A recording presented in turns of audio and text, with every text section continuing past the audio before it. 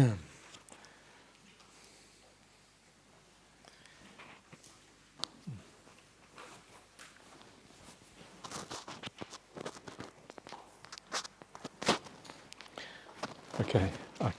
we are okay. Back on again, I think. That's good. Okay, everyone. So now we're going to carry on from where we left off yesterday. And we have now come to a sutta called the Subha Sutta, which is in the Majjhima Nikaya. Again, the middle-length sayings of the Buddha. This is number 99. And again, everything is on the theme of freedom. And this particular sutta, it ends up with a nice discussion of the Brahma Viharas, the divine abidings. And as I mentioned before, these are some of the kind of highest examples of freedom on the Buddhist path. Yeah, these are called vimokas. Vimokas are, again, liberations and freedoms, etc. And so we're going to have a look at this particular sutta. And it's quite a long sutta. And for once, I'm going to look at a complete sutta rather than just bits and pieces here and there. And sometimes that's nice. When you see a complete sutta, you see a little bit about the Buddha, how he interacts with people. You get a feeling a bit for the personality of the Buddha. And someone asked yesterday about the contemplation of the Buddha, how you do that, the so-called Buddha Nusati, recollection of the Buddha. And one of the ways of doing that is to kind of see the Buddha in the suttas, how he interacts with people. And after a while, you get a feeling for what kind of person he was and how he dealt with things. And it's kind of interesting because sometimes it's a bit different from what you might think.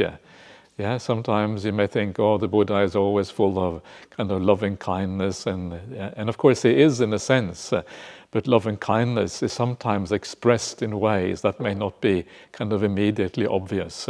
Sometimes he can tell people off a little bit, okay, maybe you shouldn't be doing this, maybe you should be doing that instead.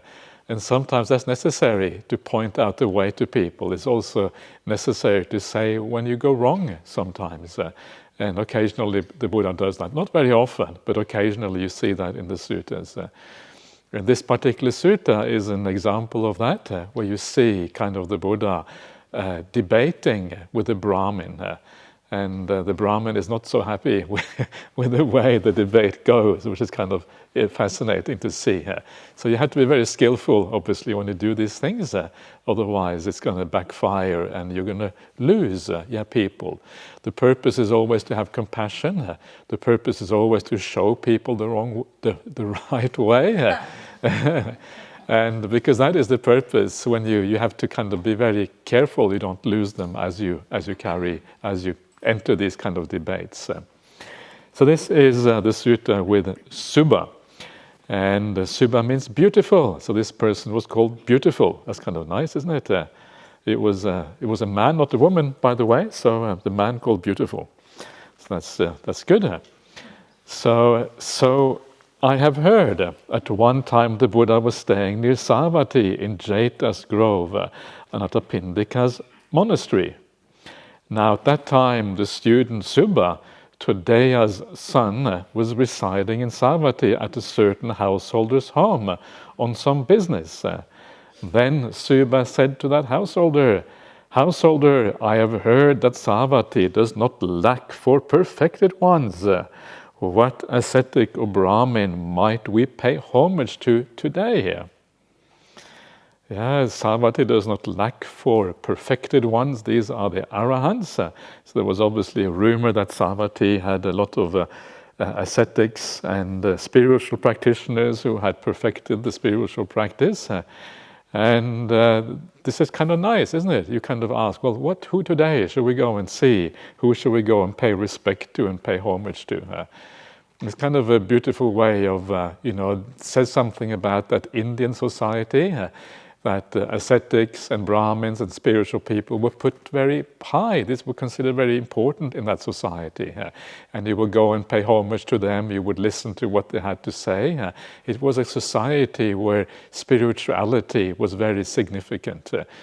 And even today, when you travel to India, you have the same kind of feeling. Everyone has their little gods, everyone is doing something, and there's all kind of large variety of different teachings and spiritual practices. And it seems like India has always been a little bit like that. It's kind of a unique society in many ways in the world because of the diversity of religion and religious practices, and not just superficial spirituality. It's like deep spirituality. These are about awakening and about finding true meaning in life, overcoming suffering and all of these kind of things. So it's like profound. It's not kind of the superficial, just worshipping something and that's the end of the story or whatever. Of course, some people it is superficial, but for many people it was more profound. And that's fascinating. There is a interesting sutta in the Anguttara Nikaya that you may have heard of, where it says that when the Buddha arises in the world, the Buddha always arises in India. And it sounds kind of strange because, over the long kind of expanse of time, you have kind of the world kind of collapses and the universe reemerges, and you wonder how could there possibly be the same India? It doesn't make any sense. If it's a new universe, it's kind of a bit weird. And I don't know, my preferred explanation of that is that the Buddha arises in a society that is spiritual. So it's like India in terms of the qualities of the society, not the shape of the country or anything like that. So it's India has to do with the kind of values they have in that country, the fact that they pursue spiritual practice, and this is respected in that society. That's kind of how I would regard that.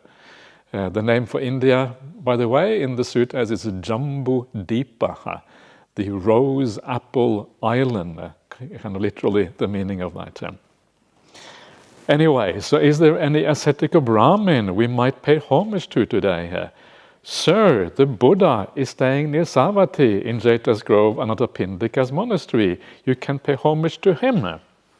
Sounds good, the Buddha is around. That's kind of handy. So, acknowledging that householder, Suba went to the Buddha and exchanged greetings with him. When the greetings and polite conversation were over, he sat down to one side and said to the Buddha, "Worthy Gautama, the Brahmins say, lay people succeed in the system of the skillful teaching, not renunciates. What do you say about this?" This is like a challenge to the Buddha, right? So lay people, they are the ones who succeed in the kind of the Dhamma, they are the ones who succeed in the spiritual practice. Renunciants, they are kind of wasting their time. What's the point of going forth? And sometimes you hear this view, even in the modern world. Sometimes you hear people say things like, "Oh, lay life is really, really difficult. So that's why you make more progress in lay life, because you have so many challenges and it's kind of really hard. Whereas monks, you have it really easy, just chill in the forest, nothing really happens. So how can you make progress as monks? It's impossible to make progress. Not enough challenges. You need more challenges in life." And that's kind of misunderstanding the point. There is enough challenges. The challenges are in the heart and in the mind. The challenges are called defilements. Those are the real challenges, and they are basically the same, whether you are a layperson or a renunciate. And you have to learn to overcome those things. And you have to have good circumstances to be able to deal with those problems of the mind and of the heart. And that's why it is challenging, basically, regardless. So what do you think the Buddha is going to say here? Is he going to say, "Oh yeah, of course, it's better to be a renunciate, you householders, you go nowhere"? Is that what he's going to say? Or is he going to say something else? It doesn't sound like the Buddha, right? That he's going to say something like that. And so this is what the Buddha says, and it's quite interesting what he has to say to this question here. And he says, "On this point, student, I speak after analyzing the question, not one-sidedly." We saw this once before in one of the previous suttas, that the Buddha is called a Vibhajavadin. He's one who analyzes things. Often the answers to the question is not yes or no, is you have to know a bit more to be able to answer it properly. So you have to analyze it. And then he says, "I don't praise wrong practice for either lay people or renunciates. Because of wrong practice, neither lay people nor renunciates succeed in the system of the skillful teaching. I praise right practice for both lay people and renunciates, because of right practice, lay people and renunciates succeed in the system of the skillful teaching. Well, it's kind of interesting, isn't it? It's about what you do. It is about how you live your life. That is the most important thing. And if you live your life as a monastic in a kind of bad way, then it's kind of pointless. There's no point of becoming a monastic and not really having the ability to do it properly because of for whatever reason. And then you might as well be a layperson. Actually, much better off being a layperson if you can then practice properly as a layperson. So the most important thing is not what we are, but what we do. You're not defined by kind of the length of your haircut. That is not the most important thing. It's very nice to have a short haircut. I have to admit, it's very kind of practical and easy. So you don't have to go to the hairdresser or anything like that. You just kind of shave it off, and you don't have to worry too much. I really recommend this haircut. If you want to try it out, you check it out. And that is, I think, very positive way of thinking about things. So that's kind of one side of this thing. The other side of this thing is that the advantage of monastic life, of course, is that you are more fully immersed in the Dhamma, because the Dhamma is always kind of around you. You're always quite close to the teachings. And especially if you have like a very good teacher, someone who you feel you can trust, someone who teaches in line with the suttas and in line with the word of the Buddha, then you have a very powerful resource very close to you, and that can be very, very helpful. So there are obvious advantages, and that's why the Buddha laid down the monastic life. Otherwise, it wouldn't have a point. But at the end of the day, what matters is what you do, not what you are, not your status, but how you live your life. Your virtue is what defines you as a human being, and not the status that you have. So that's kind of nice, isn't it? So it's how you live your life that is the most important thing. And so, as always, the Buddha is very kind of he's kind of circumspect in how he answers these things. They are more complicated than they may seem. And then the Brahmin continues, worthy Gautama, the Brahmins say, since the work of the lay life has many requirements, duties, issues, and undertakings, it is very fruitful. But since the work of renunciates have few requirements, duties, issues, and undertakings, it is not very fruitful. What do you say about this? Challenging. So, so the idea here is that if you do a lot, then you get results. If you do little, nothing really happens. So you should maximize your activities. And if you maximize, then... But, we all know about maximizing activities. So I think the Subba here doesn't have a very deep understanding of spiritual practice. It is quite superficial. It's not about meditation so much. He doesn't seem to know much about meditation practice, but more about activities in the world that are related to doing good, maybe doing, charity work or being kind in the world and this kind of thing. Again, the Buddha has the same answer on this point too. I speak after analyzing the question, not one-sidedly. Some work has many requirements, duties, issues, and undertakings, and when it fails, it is not very fruitful. Some work has many requirements, duties, issues, and undertakings, and when it succeeds, it is very fruitful. Some work has few requirements, duties, issues, and undertakings, and when it fails, it is not very fruitful. And some work has few requirements, duties, issues, and undertakings, and when it succeeds, it is very fruitful. So it depends. So it depends on whether it succeeds or not. If it succeeds, then it's fruitful. If it doesn't succeed, it is not fruitful. So you have to do it in the right way. It's not what you do so much, but whether you're doing it in the right way or not. So you have some good results. And what work has many requirements, duties, issues, and undertakings, and when it fails, it is not very fruitful. Farming. And what work has many requirements, duties, issues, and undertakings, and when it succeeds, it is very fruitful. Again, it is farming. Yeah, we know that here in Australia. You can see in the wheat belt, all the farmers, and in a dry year, they're all up in arms. There's no rain. What are we going to do? The crops are going to fail. And at other years, the rain is just perfect. It's a kind of a bumper crop, and everyone is really happy, and they're going to export huge amounts of wheat to around the world. So we know this right here in Australia, that this is true. And then you have the other one. This is trade. What work has few requirements, duties, issues, undertakings, and when it fails, it is not very fruitful. Trade. And what work has few requirements, duties, issues, undertakings, and when it succeeds, it is very fruitful. Again, it is trade. Is that true? Trade hasn't got much work. Yeah? I don't know, maybe in those days. I'm not sure if it is true anymore. I think maybe it depends what trade you do, I suppose. Maybe if you trade bitcoins, maybe you kind of just sit in front of your computer and you... I don't know. So anyway, whatever. I'm not going to go discuss bitcoins. I think that's kind of the... I don't really know much about it anyway, fortunately. So then the Buddha carries on, and lay life is like farming, in that it is work with many requirements, and when it fails, it is not very fruitful, but when it succeeds, it is very fruitful. The renunciant life is like trade, in that it's work with few requirements, and when it fails, it is not very fruitful, but when it succeeds, it is very fruitful. Yeah, so it depends again on the success and failure of what you're doing. Are you doing it well, or are you not doing it well? That is kind of the most important thing.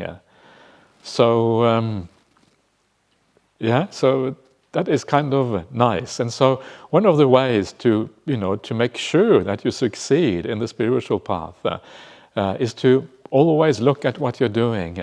Measure, if you like, what you're doing. You need measurements. Sometimes it is said that we shouldn't judge anything in the Dhamma, but actually judgment is critical to be able to succeed in anything here. How do you know if you are a good chess player? Well, because you measure yourself against the opponent. If you beat the opponent, then you're a good one. If you lose, you are not so good. Yeah, that's kind of how it works. And it's exactly the same with your work. Do you succeed? Are you able to, do you get to sell those goods? Are you whatever? Are you making any money or whatever? There is a measurement by which we decide whether you are successful or not in your work. And in the spiritual path, it is just like that. You have to measure things all the time. You have to ask whether you are heading somewhere. Are you becoming more pure? Are you becoming more kind? Are you becoming more generous? Are you becoming more compassionate? Are you reducing your ill will and your defilements? Or is it the other way? Are you getting more and more angry? Are you getting upset with these blooming monks in the monastery? They don't understand anything about the Dhamma. Yeah, lay life is too difficult. They are trying to give advice. They don't understand the difficulties of the lay life. Yeah, they're just sitting there on their bottoms, watching their breath. What do they? Yeah, and sometimes life can be like that. You can. Sometimes this is kind of how the mind sometimes works, because you're not making progress, not going anywhere. You blame somebody. You kind of project outwards what actually is a problem, perhaps within your own practice. But measuring is important. Asking yourself what is going wrong. Why is it not succeeding? The Buddha promises that if you practice in the right way, you will succeed.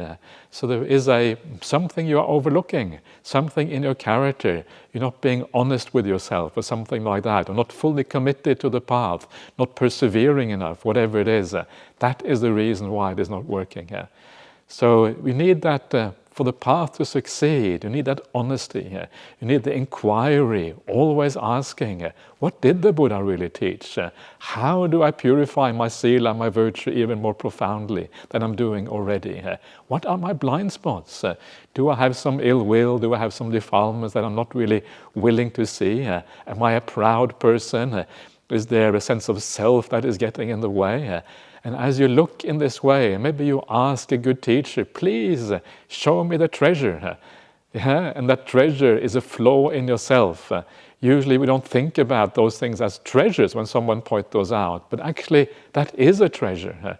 Someone points out a flaw in you that you can't see, then you should say, thank you, teacher, for pointing out this treasure. Because by pointing out the things that you are blind to, it enables you to make progress again, to move forward. And so it's very useful when someone points out a flaw in our character. Please don't get upset with that when that happens. Of course, a lot of the time people say bad things to you for the wrong reasons, out of anger or negativity or whatever. In those cases, you don't have to worry too much. But if someone does it out of concern and compassion, it's useful to listen. And if they get it wrong, okay, they get it wrong. In the end, you have to be the judge as to whether it is true or not.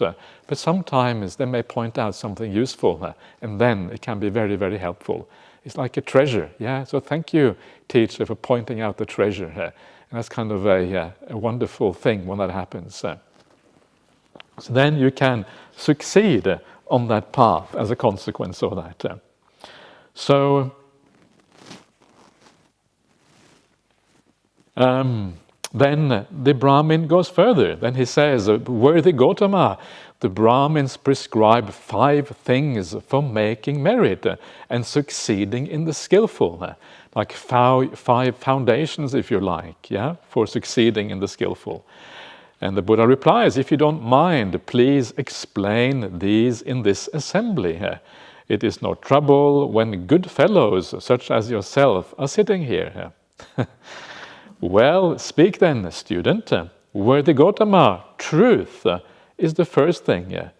Fervor is the second thing. Celibacy is the third thing. Recitation is the fourth thing. Generosity is the fifth thing. These are the 5 things that the Brahmins prescribe for making merit and succeeding in the skillful. What do you say about this? So, 5 things, yeah, truth, satcha is the first one. And I think this obviously fits very well with the Buddhist ideas that truth is fundamentally important.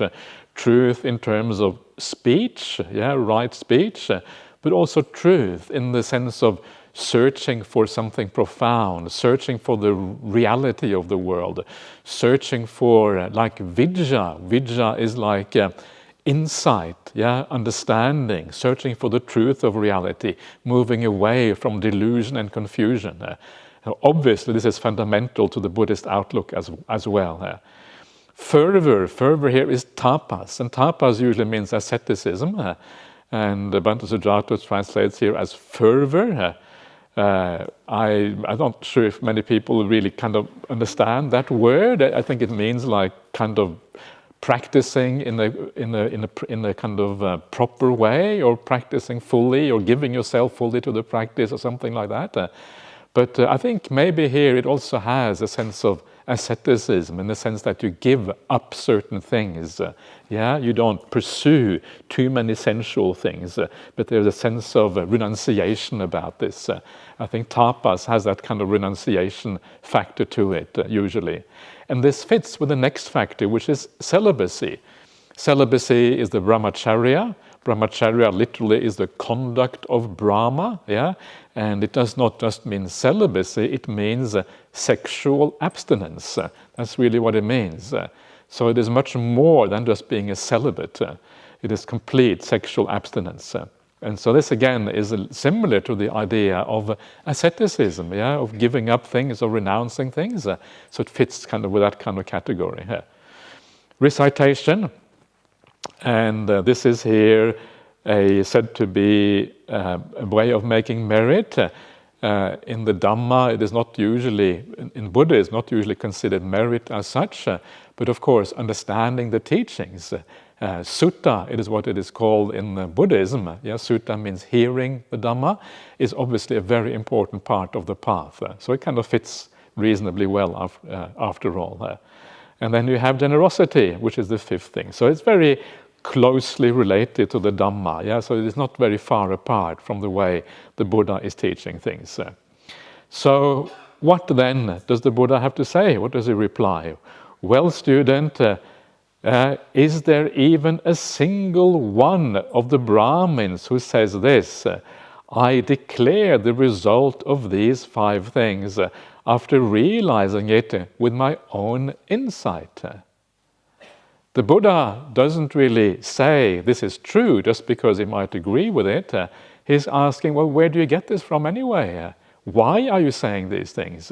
Are you saying these things based on something real? Or is it just something that you have learned kind of by reading the newspaper or whatever, yeah? Or by reading, maybe not the newspaper, but, kind of hearing it from somebody, a bit like reading the newspaper. So he's asking a much deeper question. Well, why are you believing these things? They may seem reasonable, but shouldn't we have some evidence for these things to be true? And then he has to admit, no, worthy Gautama, no one says I have realized these things with my own insight. So now he's probably feeling a little bit sheepish. Yeah, his shoulders are starting to slump. He's looking a bit glum.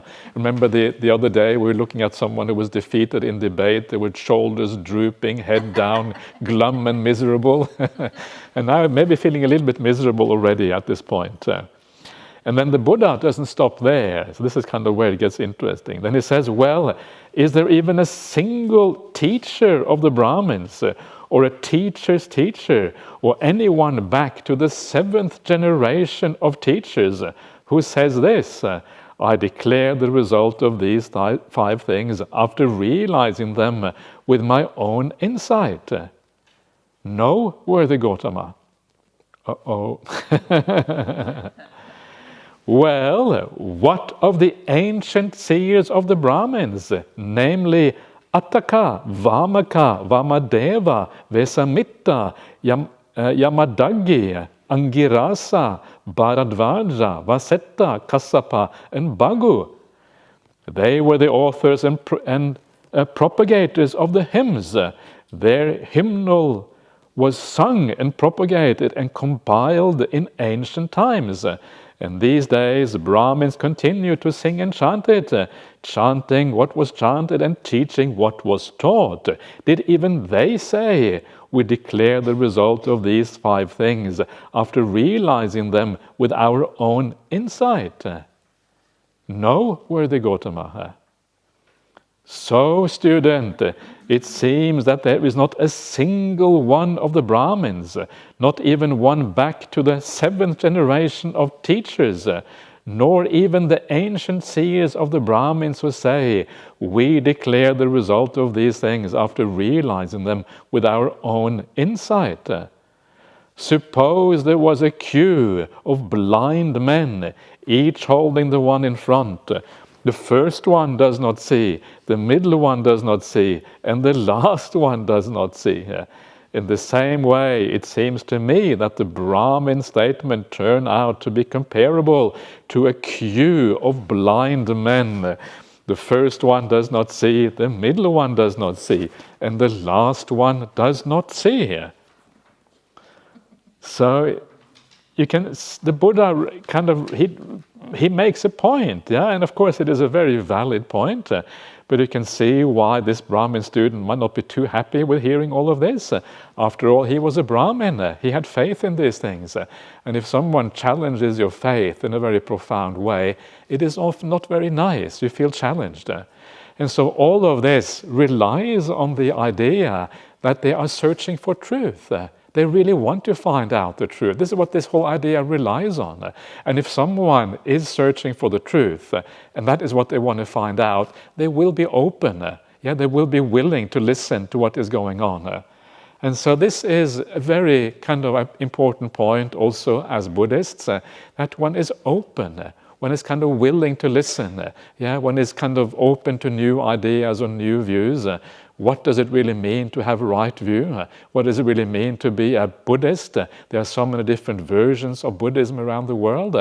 And sometimes we need to listen to each other and kind of have open minds about things. And this is what this kind of conversation requires.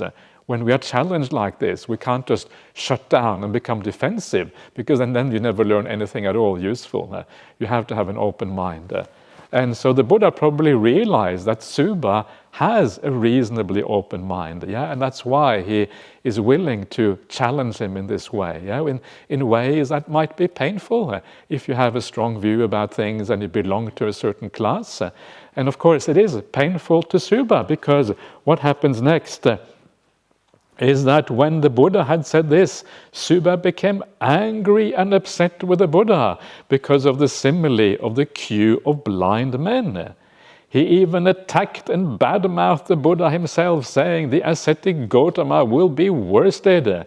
And he said to the Buddha, "Worthy Gautama, the Brahmin Pokarasati Upamanya of the Subhaga forest says, this is exactly what happens with some ascetics and Brahmins. They claim to have superhuman distinction.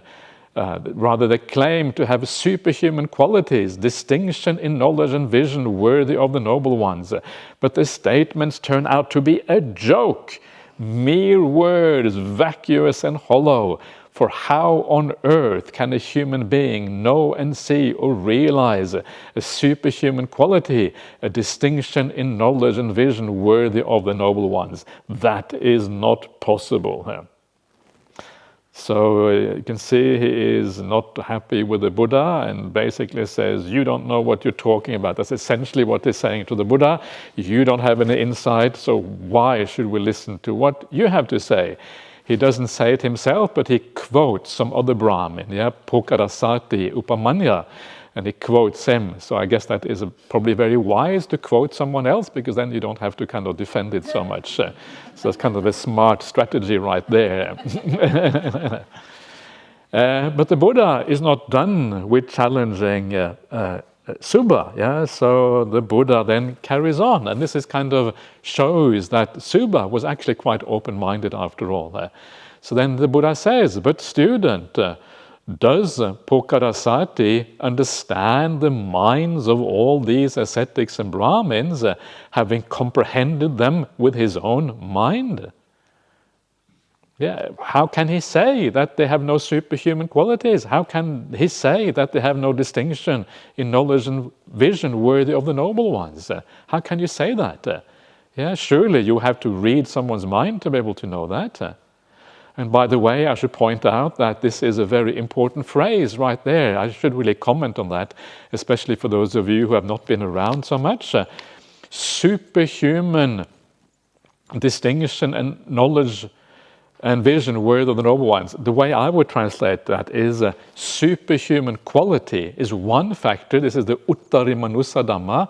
And then the second one is a distinction in knowledge and vision worthy of the noble ones. The Alang Arya Nanadasana Visesa.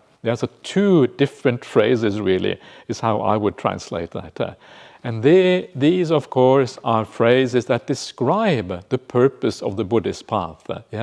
This is what kind of the Buddhist path is about, is to have that sort of insight, that sort of understanding. These are sometimes called superhuman qualities. Why? Because they go beyond the ordinary realm of what human beings are capable of. They are beyond ordinary human beings. That's why they're called superhuman.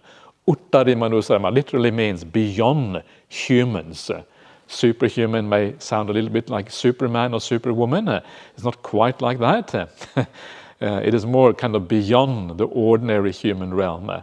And the other one is very nice, a distinction in knowledge and vision worthy of the noble ones. It's a beautiful phrase, distinction, something superior, something elevated, something that distinguishes the noble people, in terms of knowledge and vision, goes beyond the ordinary people again. These are beautiful phrases, and what they point to is two things, especially depth in samadhi. They point to the jhanas on the one hand, and on the other hand, the insight that happens, the 4 stages of awakening, basically, is what it refers to. So the 8 qualities of the 4 jhanas and the 4 stages of awakening is what this refers to. So basically the deepest aspects on the Buddhist path. So how can this Pokarasati, how can he know these things? And then the Subba replies, "Worthy Gautama, Pokarasati doesn't even know the mind of his own bonded maid, Punika. So how could he know all those ascetics and Brahmins?" So at least he's very honest, Subba. He realized that Pokarasati doesn't really know anything about anyway, so maybe he shouldn't be saying these things. He can't even read the mind of his own servant. Yeah, probably should be able to read the mind of the servant. Yeah, because you see the servant some days, the servant or the worker in his house, some days she kind of has a scowl on her face, kind of, okay, so today not so happy. Other day she's smiling, walking around, doing her duty. Okay, today she's happy. This is how you read the mind of people, you know. This is the basic mind reading. You just look at them and you can know straight away, okay, today not so happy, today happy. Yeah, because of the way they walk and the way they smile or the way whatever, you can usually tell a lot about people's minds just by looking at them. So if you thought mind reading was difficult, it's not so hard after all. Yeah, so good news. So that's kind of actually this is from the suttas. This is how they say you should read people's minds, just by the way they behave. Yeah, and it's true, right? You can, of course, you can know people's minds in that way, at least to some extent. Anyway. Then the Buddha replies, well, suppose there was a person blind from birth. They couldn't see sides that are dark or bright, or yellow, blue, red, or magenta. They couldn't see even or uneven ground, or the stars, or the moon, or the sun. And they would say, there is no such thing as dark and bright sides. No one who sees them. There is no such thing as blue, yellow, red, magenta, even or uneven ground, stars, moon, or the sun. And no one who sees these things. I don't know and see it, therefore it doesn't exist. Would they be speaking rightly? No, worthy Gautama, there are such things as dark and bright sides, and one who sees them. There is blue, yellow, red, magenta, even and uneven ground, stars, moon, and sun, and one who sees these things. And so it's not right to say this, I don't know it or see it, therefore it doesn't exist. The world is much more interesting than what is immediately visible to us. Sometimes we are blind. Sometimes it takes a special development of the mind, cultivation of certain qualities to be able to see things profoundly. This is kind of what makes the world so interesting, that there are things that are kind of hidden to us. There are insights, there are beautiful states of meditation that can be achieved, and this is what the sages of old in all kind of religions talk about, especially the samadhi stages, and the Buddha goes further, taking it all the way to profound insights about reality. And this is kind of what makes life really, really interesting, that these things are there, to be achieved. We don't just have to live our humdrum kind of ordinary lives all the time, just doing what everyone else does, and then just dying like everyone else. There is something more. There is something really interesting in this world that can be achieved by practicing in the right way.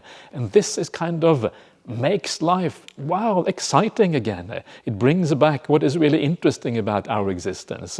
We can get out of the ordinary dukkha and problems and challenges of life to a higher state where you kind of get a bird's eye view of existence and you can understand what is going on, achieve a happiness that is beyond your wildest dreams. That is what the Buddha is promising, And if you only believe what is in front of your eyes, well then you're going to have a very limited life and a very limited existence as a consequence. Of course there are people who have achieved things that we haven't achieved.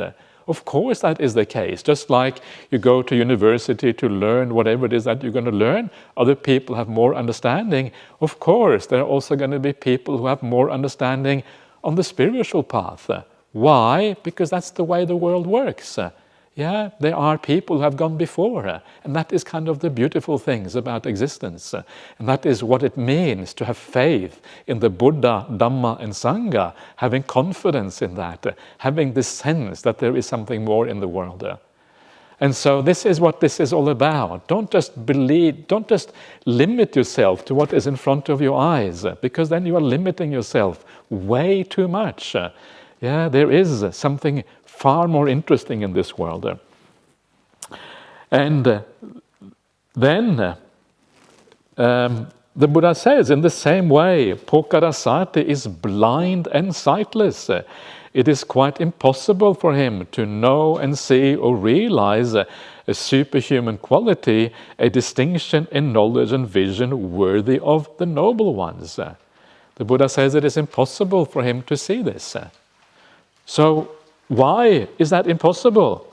And now we come to see why it is impossible. And this gives us a sense of what we need to do as well to be able to see beyond the ordinary. What do you think, student?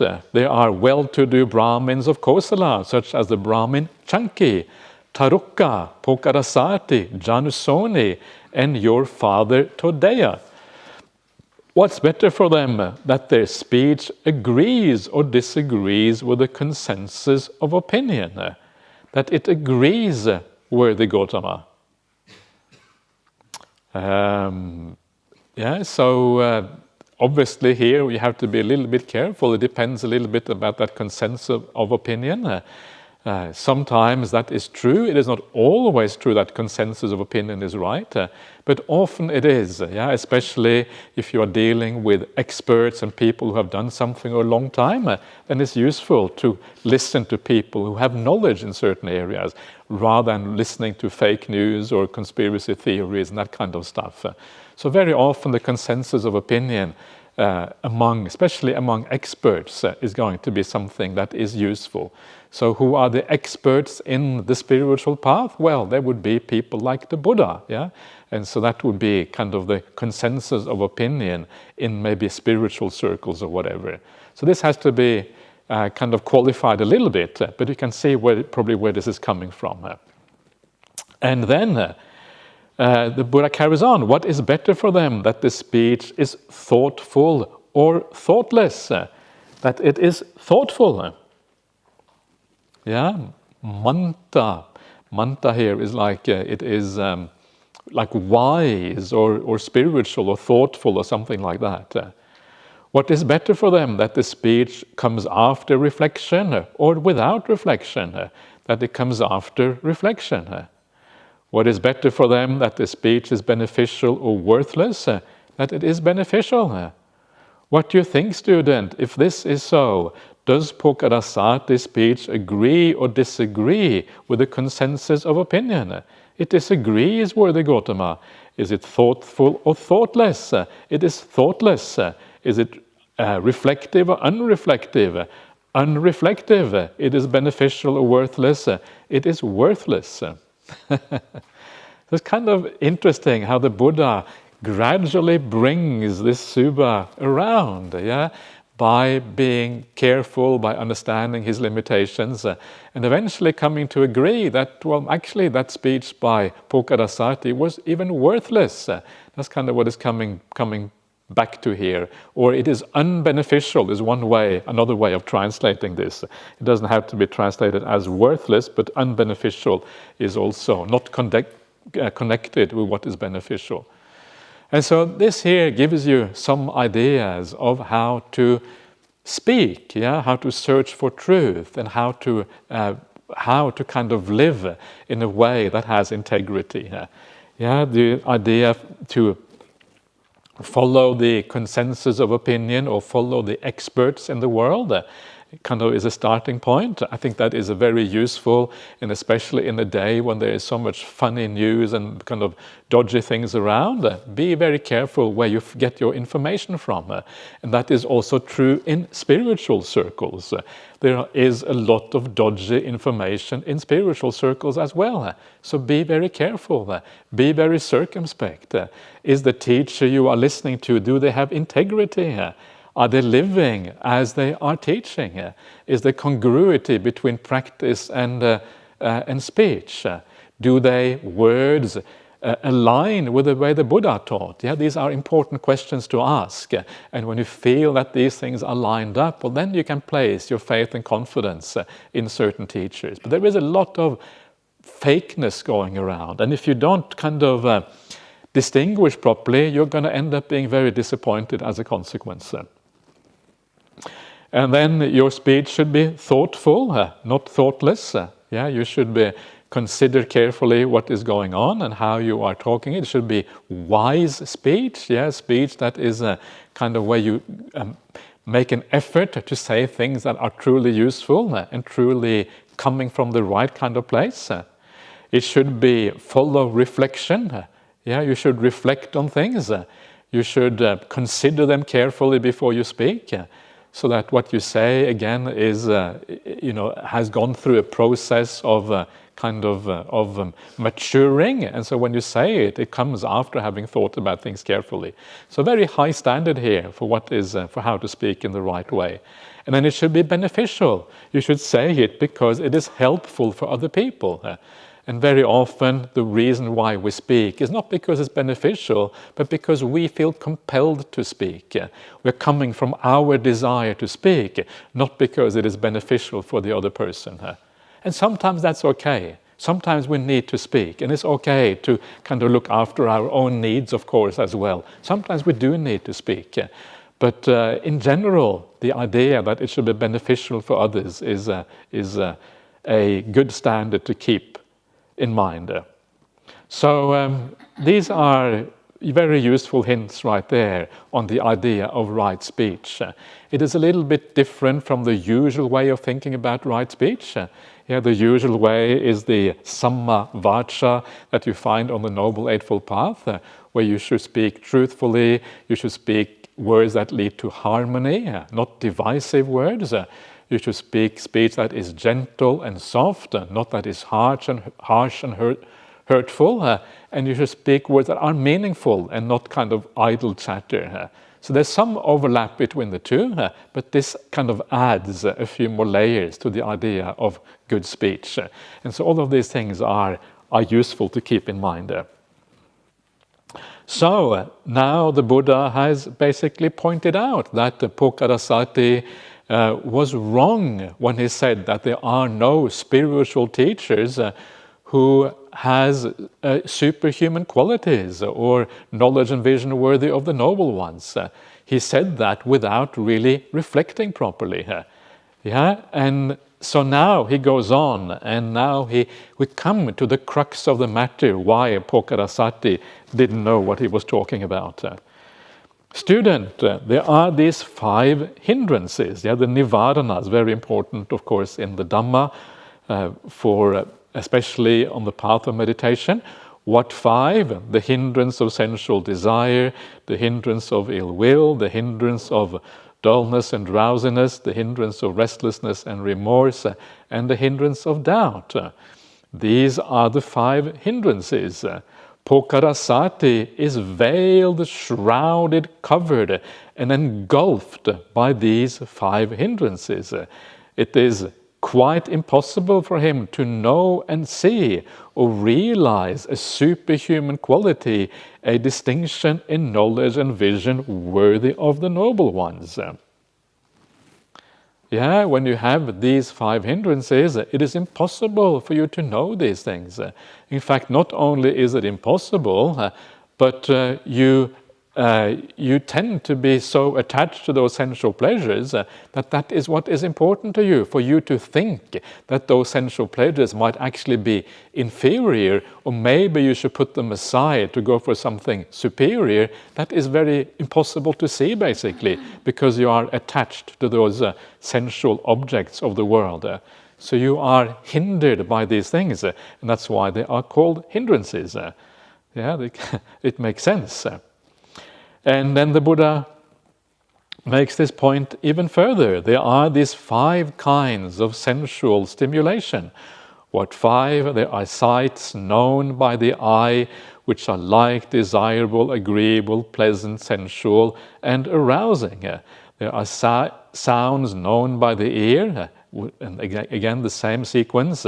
Smells known by the nose, tastes known by the tongue, touches known by the body, that are likable, desirable, agreeable, pleasant, sensual, and arousing. These are the 5 kinds of sensual stimulation.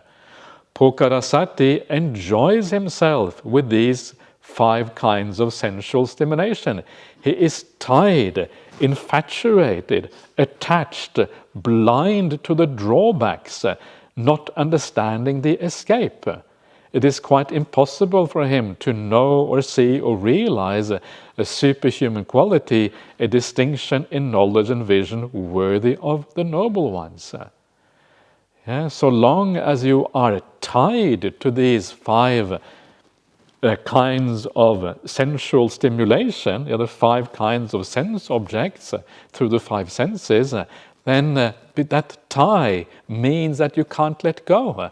And because you can't let go of those things, that is why you can't reach the deeper stages of meditation and the deeper stages of insight. Tying and letting go are precise opposites. And you have to untie that knot to enable you to let go, and only then can you go deeper in your meditation.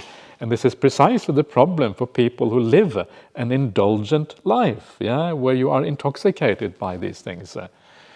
There was a question last night about eating, and I said to people that it's okay to enjoy your food. I'm just repeating what Ajahn Brahmali says, so I take no responsibility, just like Suba here, I'm exactly the same. But I looked up what it says in the Pali, and what it says that you should not eat for fun.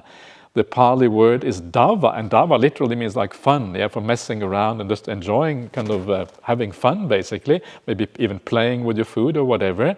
And the other word is madda, and madda doesn't just mean that it is pleasant to eat, yet that you are finding pleasure in it, but it means that you are intoxicated by it. You are really indulging in the food, And if you are indulging and intoxicated, well then you are going to lose your mindfulness, you're going to likely eat too much, and then you have a problem. So that is what you want to avoid. It doesn't mean you should not enjoy the food while you're eating it. In fact, this doesn't say anything about that anywhere in the suttas, that you shouldn't enjoy the food. In fact, everything, to my mind, points to the fact that it's perfectly okay to enjoy it. In fact, you probably should enjoy it, because if you don't enjoy it, then it's going to be hard, especially on a retreat like this.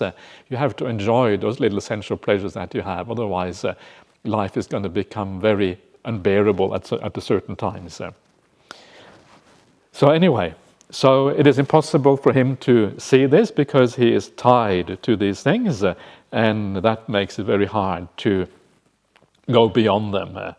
And then the Buddha continues. What do you think, students? Which would have a better flames, colors, and radiance? A fire that depends on grass and logs as fuel, or one that does not? Okay, if it were possible for a fire to burn without depending on grass and logs as fuel, that would have better flames, color, and radiance.